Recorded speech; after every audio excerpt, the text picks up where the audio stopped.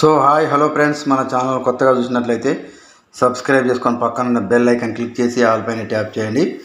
తెలంగాణలో రైతు రుణమాఫీపై రేవంత్ సర్కార్ వేగం, మార్గదర్శకాలు ఇవేనా? రైతు రుణమాఫీపై రేవంత్ సర్కార్ వేగం పెంచింది. 15 ఆగస్టులోగా రైతు రుణమాఫీ చేయాలని కూడా డెడ్ లైన్ పెట్టుకున్న రేవంత్ సర్కార్ రాష్ట్ర వ్యాప్తంగా అన్నదాతల రుణాలు వివరాలను సేకరిస్తుంది. దీనికోసం పక్కా ప్రణాళికతో మార్గదర్శకాలను రూపొందిస్తుంది. December 9 cut off date. రాష్ట్ర వ్యాప్తంగా ఉన్నటువంటి రైతులు తీసుకున్న రుణాలను మాఫీ చేయడం అన్నది ఇప్పుడు ప్రభుత్వం అత్యంత ప్రాధాన్యతగా పెట్టుకుంది. ఆగస్టు 15 లోపు రైతు రుణమాఫీ చేయాలన్న టార్గెట్తో సీఎం రేవంత్ రెడ్డి సర్కార్ పనిచేస్తుంది. ఏకాలంలో రైతు రుణాలను మాఫీ చేసేందుకు మార్గదర్శకాలను రూపొందించడంలో బిజీగా ఉంది. రైతులకు నష్టం జరగకుండా ఇచ్చినటువంటి మాట నిలబెట్టుకునే విధంగా పక్కా గైడ్ లైన్స్ రూపొందిస్తుంది ప్రభుత్వం. రుణమాఫీకి డిసెంబర్ 9 కట్ ఆఫ్ డేట్గా తెలంగాణ ప్రభుత్వం ఖరారు చేసినట్లు తెలుస్తుంది.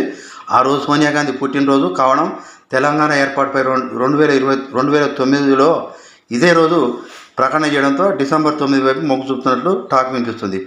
4 విభాగాలుగా 30 అంశాలతో కూడినటువంటి ప్రొఫార్మా. ఈ పథకాల అమల్లో భాగంగా ప్రభుత్వం 4 విభాగాలు 30 అంశాలతో కూడిన ప్రొఫార్మాలో రైతుల సమాచారం సేకరిస్తుంది. అయితే బ్యాంకు వివరాలు, రైతుల వివరాలు, రుణం వివరాలు తీసుకుంటుంది. రైతుకు సంబంధించి ఇంటి పేరుతో సహా రైతు పూర్తి పేరు, తండ్రి లేదా భర్త పేరు, రైతు Aadhaar card number, mobile number, స్త్రీనా పురుషుడా, జనరల్, ఎస్సీ, ఎస్టీ, మైనారిటీ చిరునామా సేకరిస్తున్నారు. రైతు లోన్కు సంబంధించి వివరాలు సేకరిస్తున్నారు. అందులో customer ID, loan number, loan account number, type of loan, ఏ విధమైన అకౌంటు, క్రాప్ లోన్ మంజూరైన తేదీ, అప్పు తీసుకున్న తేదీ నుంచి అసలు మొత్తం వడ్డీ మొత్తం వివరాలను సేకరిస్తున్నారు. అయితే రైతులో అకౌంటు ప్రస్తుత పరిస్థితి ఏంటి అని సేకరిస్తున్నారు.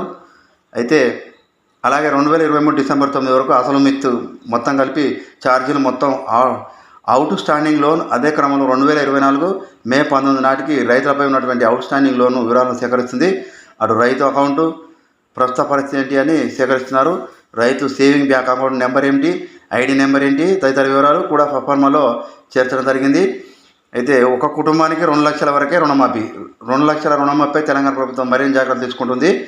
అయితే ఒక కుటుంబానికి 2 లక్షల వరకు రుణమాఫీ చేయనున్నది. అసలు వడ్డీ కలిపి మొత్తం 2 లక్షల లోపు బకాయిలు. ఎందుకంటే అంతకంటే మొత్తం ఉంటే మాఫీ చేయదు.